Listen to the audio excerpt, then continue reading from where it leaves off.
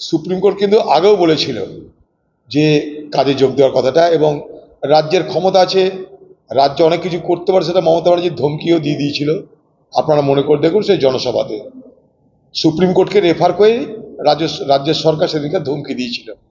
ঠিক আছে, তো সুপ্রিম কোর্টের যে আদেশ, সেই আদেশ সকলের জন্য শিরোধার্য হওয়া উচিত। এক, 2 নম্বর যে যারা জুনিয়র ডাক্তার তারা তো আন্দোলনটা করছে তাদের নিজের দাবিতে, যেমন পাশাপাশি তাদের সুরক্ষার সঙ্গে সঙ্গে গোটা স্বাস্থ্য পরিষেবার আরো বেশি সুরক্ষা যাতে প্রদান হয়, তার জন্য রাজ্য সরকারের বিরুদ্ধে এবং এই আন্দোলনের এটা হচ্ছে মূল ভিত্তি।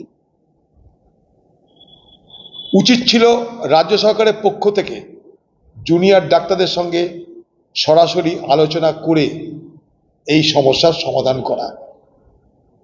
জুনিয়র ডাক্তাররা কখনো কাজে যোগ দেব না এ কথা বলেনি।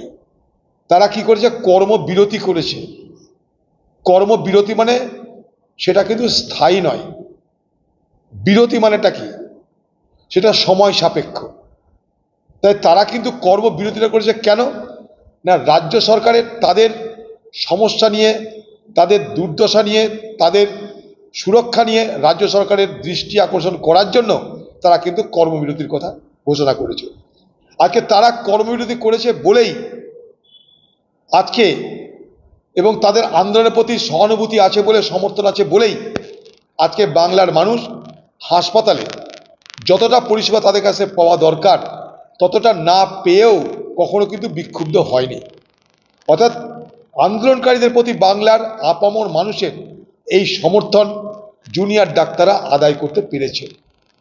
কিন্তু এটাও ঘটনা, যখন সুপ্রিম কোর্ট মানবিক দিকটা দেখতে চাইছে, রুগীর পরিষেবার কথা বলছে, তখন আপনারা আন্দোলন এবং সেবা দুটোর মধ্যে একটা সমতা আনার চেষ্টা করলে ভালো হয়।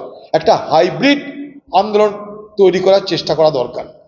অর্থাৎ আন্দোলনও হবে, আবার সেবাও হবে, সুপ্রিম কোর্টের নিষেধাজ্ঞা পালন করাও হবে। সুপ্রিম কোর্ট আপনাদের উপর কোনো নিষেধাজ্ঞা করেনি। সুপ্রিম কোর্ট বলেছে যদি না যান তাহলে রাজ্যের অধিকার আছে। রাজ্যের অধিকার আগেও ছিল, কিন্তু আপনাদের আন্দোলনের তীব্রতায় রাজ্য ধমক দিয়ে থেমে গেছিল, ধমক দিয়েছিল, চমক দিয়েছিল, কিন্তু রাজ্য থেমে গেছিল। কারণ রাজ্য চেয়েছিল ডাক্তারদের সঙ্গে, আন্দোলনকারীদের সঙ্গে সাধারণ মানুষের একটা বিবাদ তৈরি হোক, একটা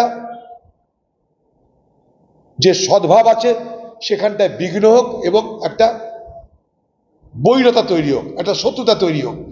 কিন্তু পশ্চিমবঙ্গের মুখ্যমন্ত্রী মমতা ব্যানার্জির ইচ্ছাকে, অভিলাষাকে ব্যর্থ করে দিয়ে বাংলার সাধারণ মানুষ তাদের অসুবিধা সত্ত্বেও, কারণ জুনিয়র ডাক্তার না দেখাতে পেরে তারা প্রাইভেট নার্সিংহোমে গেছে, প্রাইভেট হসপিটালে গেছে চিকিৎসার জন্য, তার জন্য তাদের খরচ বেশি হয়েছে, কিন্তু তবুও তারা আন্দোলনের প্রতি কখনো বিক্ষুব্ধ হয়নি। সেইটা বুঝতে পেরে পশ্চিমবঙ্গ সরকারের পক্ষ থেকে আজ সুপ্রিম কোর্টে দাবি করা হয়েছে যে তাদের আন্দোলনকে প্রত্যাহার করবার জন্য চাপ দিতে। অর্থাৎ পশ্চিমবঙ্গ সরকার নিজে পারেনি এই আন্দোলনকারীদের সঙ্গে আলোচনা করে সহজ সরল শান্তিপূর্ণভাবে সদ্ভাবের পথে এই সমস্যার সমাধান করতে। তারা সেই উকিলের পিছনে লক্ষ লক্ষ টাকা খরচ করে সুপ্রিম কোর্টের দৃষ্টি আকর্ষণ করে একটা অর্ডার বার করে নিয়ে এসেছে। কিন্তু রাজ্য কিন্তু একবারও সুপ্রিম কোর্টে গিয়ে বলেনি যে তদন্ত হোক, যারা অপরাধীদের শাস্তি হোক, তাদের দ্রুত শাস্তির জন্য আপনি সচেষ্ট হন, তাদের দ্রুত শাস্তির জন্য আপনি কড়া ব্যবস্থা নিন। সে কথা আপনার লয়ারের মাধ্যমে সুপ্রিম কোর্টের কাছে গিয়ে সেই আবেদন করা কিন্তু হয়। অর্থাৎ রাজ্য সরকার তার দ্বিচারিতা স্পষ্ট করে দিল। রাজ্য সরকার দ্বিচারিতা কি, আন্দোলন থেমে যাক, আন্দোলন থেমে গেলে তারপর রাজ্য সরকার তার মতন করে নানা সরকারি অস্ত্র ব্যবহার করবে সেই আন্দোলনকারীদের ভবিষ্যতে যাতে খাড়া হতে না পারে তার জন্য। আমি আন্দোলনকারীদের কিন্তু এটা সতর্ক করে দিতে চাই, এই রাজ্য প্রতিহিংসা পরায়ণ আচরণ করবেই। প্রতিহিংসা চরিতার্থ করার জন্য সুপ্রিম কোর্টের এই আদেশকে কার্যকর করতে নিজেদের হিম্মত দেখাতে না পেরে তারা কোনো রকমের আন্দোলনটা থামিয়ে দিয়ে তারপর তাদের বাহুবল, পেশিবল, প্রশাসনিক বল সব কিছু তারা প্রয়োগ করার চেষ্টা করবে। এটা যেন আন্দোলনকারী ডাক্তাররা মনে রাখেন।